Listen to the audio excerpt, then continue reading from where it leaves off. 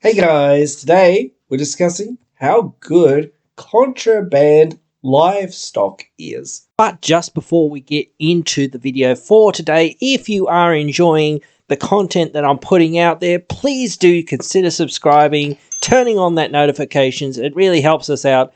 But with that being said, let's get right on into the video for today. Okay, so we're talking about the new 2-mana instant spell from Commander Legends D&D Baldur's Gate. So it exiles target creature, you roll a d20, 1 to 9, they get a 4/4 Ox creature token. 10 to 19, they create a 2/2 green boar. And 20, they get a 0/1 white goat creature token. So I think this is like budget source to plowshares, yeah? But it's already over a couple bucks. So, there goes that idea. But anyway, now this is pretty darn decent. The worst option, of course, is that they get a 4/4. And even that is not that terribly bad. It's not great, but it's not terribly bad. If the thing that's killing you is this random 4/4 with no text on it, then something's really going wrong with your game plan and your deck and what's happening, in your day and whatnot. For that to be like the biggest worry of your day, this random 4/4 green ox that has no text. So yeah, that's what I think about some of those things, especially like resculpt and things like that. Some people I think, which one was it? Pongify or rapid hybridization and things like that. They're like, oh, well, the 3/3 could be relevant. Oh, and there's some people were like, well, the 4/4 could be relevant.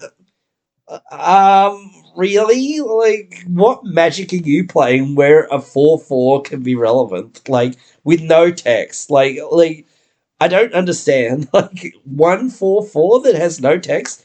What? You're attacking me with that 4/4 that I gave you? Okay, I'm just going to block it.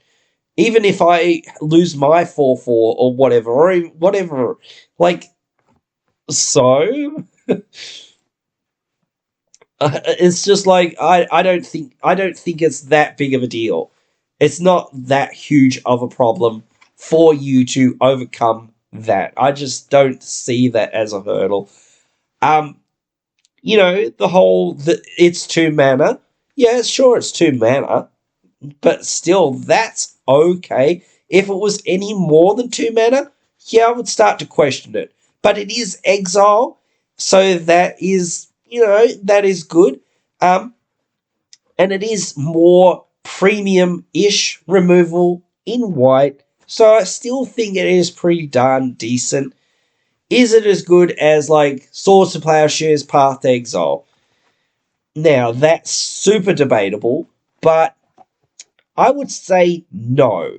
But it is still somewhat debatable. I would say that it does depend on what you're specifically targeting with it. Because there could be scenarios where, hey, you know what? I'm going to target my own thing. I don't know why you're targeting your own thing, but still, you might be like wanting to target your own thing and be like, hey, that 2/2 that I have? Well, now it's a 4/4. Whatever. Okay, cool. You know what? I'm going to use that 4/4 to now block. I had to exile my 2/2 that I had over here, but, for 2 mana, to give my thing +2/+2, essentially, in a sense, and kill your 4/4 or 5/4 or 6/4 or something or whatever, anything that has X4 toughness. Hey, you know what? If I get that 1 to 9, I might just get it. If I have a 0/1 or if I have anything else, you know what? I might just target my 0/1 or something else. Anything else I have, that is not really doing me a whole lot. Hey, I have this random 1/1. Okay, cool. Unless I get the 20, I'm still getting an upgrade on what I have. It can be used offensively and it can be used defensively. So all I can see from this card is upsides. It's really good in lots of circumstances. I've, as again said this to some people, that I've used Path to Exile on my own things, especially in my Omnath deck, which really likes lands, so that I can get my landfall triggers going. Hey, I've got this random plant token. You know what I'm going to do with it? I'm going to exile it, and I'm going to go get a land. And then I'm going to get 4 mana. And then I'm going to do this, so... Like, there's not as many shenanigans, I guess, that you can do with this. Like with the Swords to Plowshares, maybe you're in, like, a life gain deck, so maybe you can be like, hey, you know what? I have this thing that I stole from somebody, somehow, some way. I don't know how you would have stole it, but still, like, if you had to stole something big from somebody, you know what? I'm just going to exile it on my field and whatnot, since I've gained control of it. And I'm going to gain 16 life, or whatever it is, or whatever, like a 10 life, or whatever. Plus, that triggers this, which... blah, blah, blah, does this and does that, blah, blah, blah. So you could have other things sort of happening if you have that life gain sort of stuff going on or whatnot, and you happen to be in white and you happen to be able to steal stuff and whatnot. So, there's all kinds of little things that would have to work for that to sort of happen. But again, you can still take advantage of it in some ways sometimes. You know what? Hey, Steve over there is attacking me for 10 damage. You know what? I have a 1/1, and his thing has hexproof. You know what? Or whatever. I have this thing that will, I don't know, that will do something, blah, blah, blah, and I'll gain 10 life, whatever. So, I'll lose, no life, essentially. And I'll be here going, bye. Thank you for some life. Now it's my turn. So, but anyway. This is a decent card.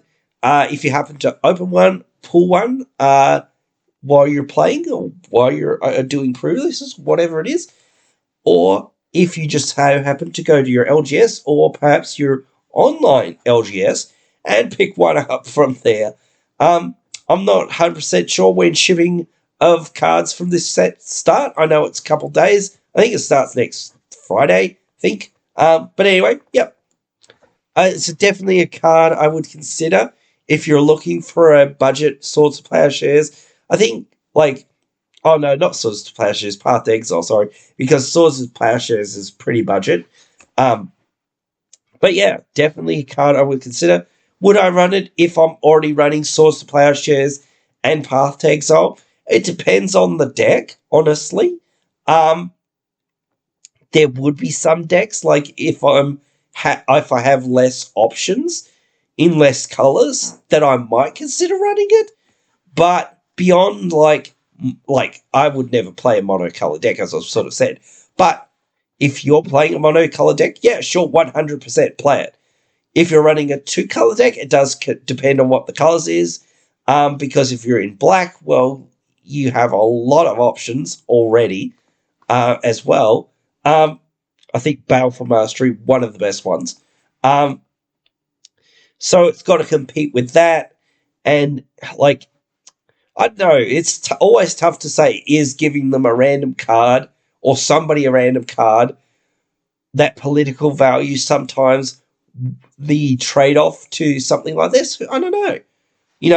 I think that something like Infernal Grasp, just the 2 life lost here right now, yep, that's super worth it. Bar none. Oh, what's that? You have a 1 million. You know what? I'm going to take 2 damage and it's dead. Thank you. Goodbye. But it's also an answer to a lot of these, indestructible things. Again, I said, exile removal. So, again, that is premium removal because exile, hey, what's all these indestructible things? Can't get rid of them. Oh, no. Well, guess what? Contraband livestock. I don't care if you get a 4/4. I'm not leaving you with that 10/10. What? I'm not leaving you with that next Bloom Ancient. What? I would rather deal with a 4/4, please, or whatever. That would be way better. But yes. Anyway, guys, you can let me know your thoughts on this card and and your thoughts on my thoughts if you really want to. Do you want to debate me? Do you think I'm that wrong on this card? I don't think anyone will be thinking that I'm that wrong on this card. But anyway, I have been wrong before. But anyway, you can let me know your thoughts. Write them down there in the comments below. I'll be sure to respond to them. Yeah, and I really love interacting with you guys and talking about EDH and all the geeky things that we love. But yeah, if I don't see you in those comments below, I'll see you in the next one.